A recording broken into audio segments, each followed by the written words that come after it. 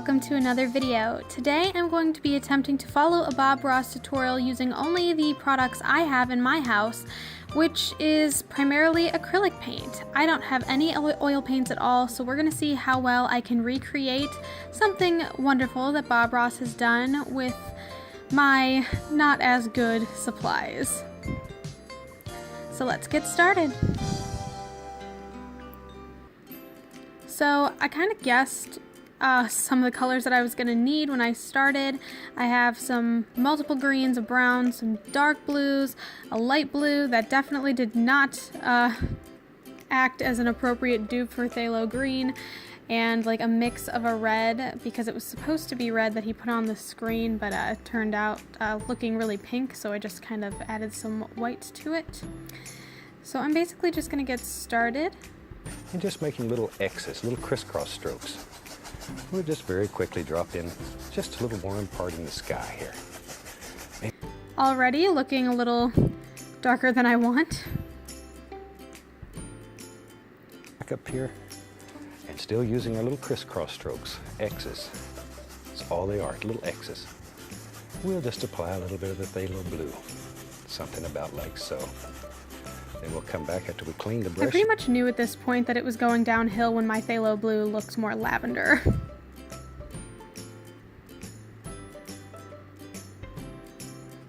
Easy to paint in this style. Still water is always level. And I think today we'll have still water, so pull from the outside in. Outside in. Something about like so. Again, my water's looking a little on the purple pastel kind of side. I'm not hating it yet. I think once I put the trees in and all that, it's gonna look a little better, but I'm just really trying to blend it in, which is pretty hard. Up there, and we'll go over to the other side and add a little more, and then down to the bottom. We'll put a little down here too. It looks a lot better in the sky than it does in the bottom, but just rolling along.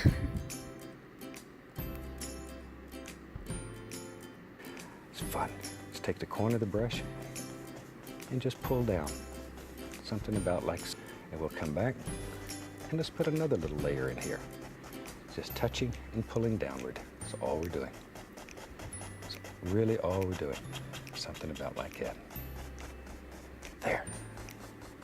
And we don't know what. Bob got really specific with the techniques that he used with his brush on this one, but of course that was difficult to follow since I didn't quite have the same brushes nor the same paints. So I'm just kind of testing things out to see how they go, kind of adding in a little blending, leaving some dry brushing here to kind of mix things as it were.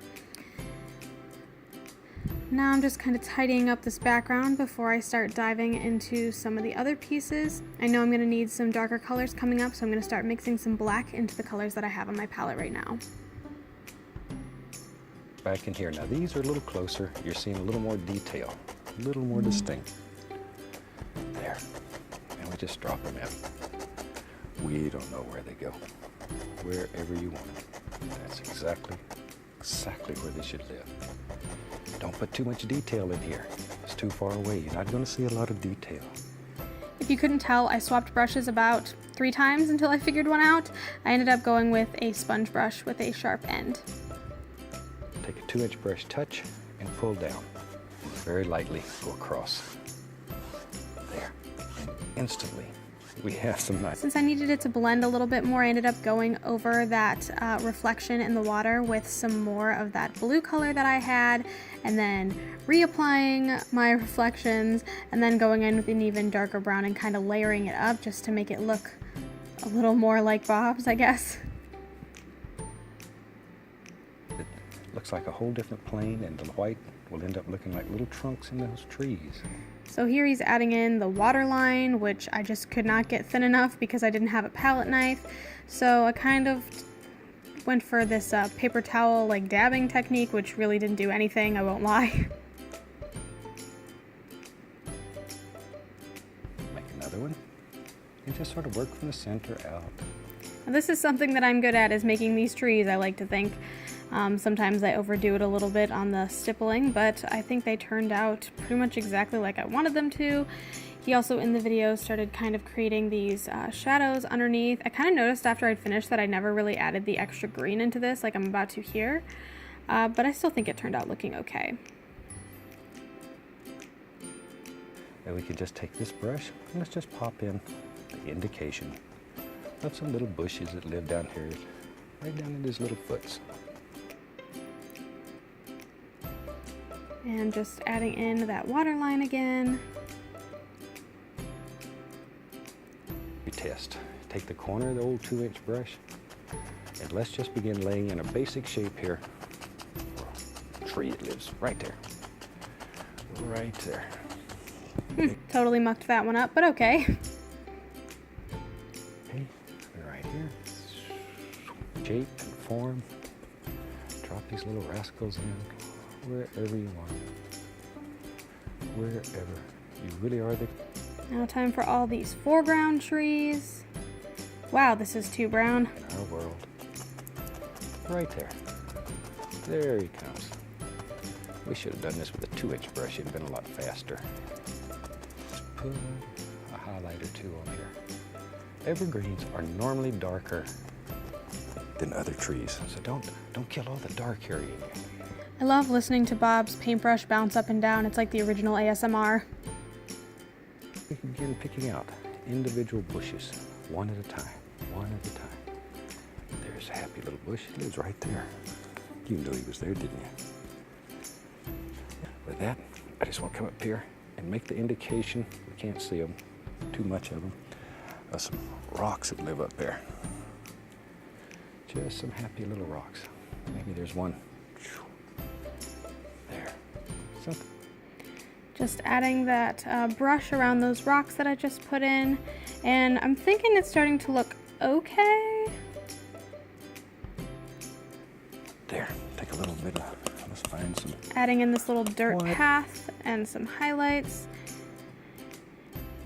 And I believe he finishes up with just some more plants on the other side of the path.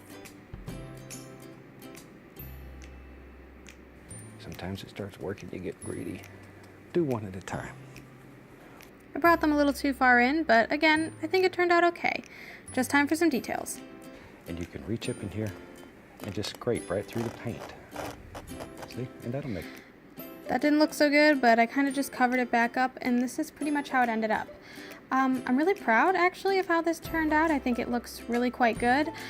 I really wanted to do this just to show you guys that it's easy to do art even with just some of the cheaper things that you have. Sometimes you're going to have to, you know, readjust the way that you do things or accommodate for however and whatever products you have, but I think this is something that's so fun to do and so easy to do even with 50-cent paints from Walmart. So thanks so much for watching. Maybe I'll be seeing you in my next video. From all of us here, I'd like to wish you happy painting and God bless, my friend.